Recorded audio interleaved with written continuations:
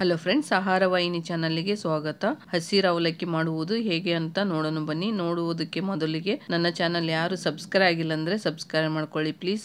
ಹೀಗೆ ಹಸಿರು ಅವಲಕ್ಕಿ ಮಾಡೋದಕ್ಕೆ 1 ಮುಟ್ಟಿಗೆಯಷ್ಟು ಕೊತ್ತಂಬರಿ ಸೊಪ್ಪನ್ನು ತೆಗೆದುಕೊಳ್ಳಿ, ಸ್ವಲ್ಪ ಕರಿಬೇವನ್ನು ಹಾಕಿ, 2 ಹಸಿ ಮೆಣಸಿನಕಾಯಿ ಹಾಕಿ, ಒಂದು ಅರ್ಧ ಕೈ ಮುಷ್ಟಿಯಷ್ಟು ಕೋಕೋನಟ್ ತೆಂಗಿನಕಾಯಿಯನ್ನು ಕೂಡ ಹಾಕಿ, 1/4 ಟೇಬಲ್ ಸ್ಪೂನ್ನಷ್ಟು ಧನಿಯಾ ಪುಡಿಯನ್ನು ಹಾಕಿ, ನಿಮಗೆ ಬೇಕಂದರೆ ಪುದೀನ ಕೂಡ ಹಾಕಿಕೊಳ್ಳಿ. ಇದನ್ನು ನುಣ್ಣಗೆ ರುಬ್ಬಕ್ಕೆ ಹೋಗಬೇಡಿ, ಉದುರಾಗಿದ್ದರೆ ತುಂಬಾ ಚೆನ್ನಾಗಿರುತ್ತೆ ಅವಲಕ್ಕಿ ಮಾಡಿ. ನೋಡಿ, ಈಗ 1.5 ಬಟ್ಟಲು ಅವಲಕ್ಕಿಯನ್ನು ತೆಗೆದುಕೊಳ್ಳಿ. ಅದಕ್ಕೆ ಸ್ವಲ್ಪ ನೀರನ್ನು ಹಾಕಿ, ಆಮೇಲೆ ಸ್ವಲ್ಪ ನೀರನ್ನು ಹಾಕಿ ಸ್ವಲ್ಪ ಕೈಯಿಂದ ಈ ಥರ ಮಾಡಿದರೆ ಸ್ವಲ್ಪ ಕ್ಲೀನ್ ಆಗುತ್ತೆ.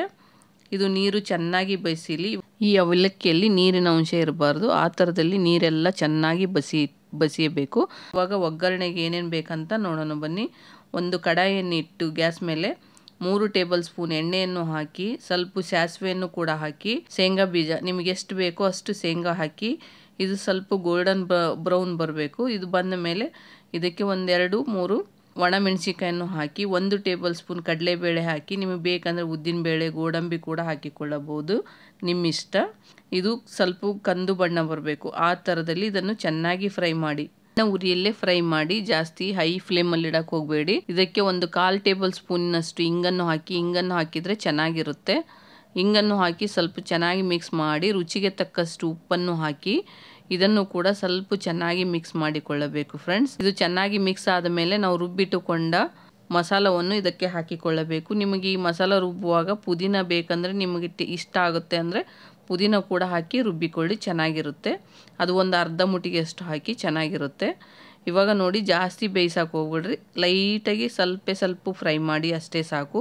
ನೆನೆಸಿಟ್ಟ ಅವಲಕ್ಕಿಯನ್ನು ಕೂಡ ಇದಕ್ಕೆ ಹಾಕಿಕೊಳ್ಳಿ.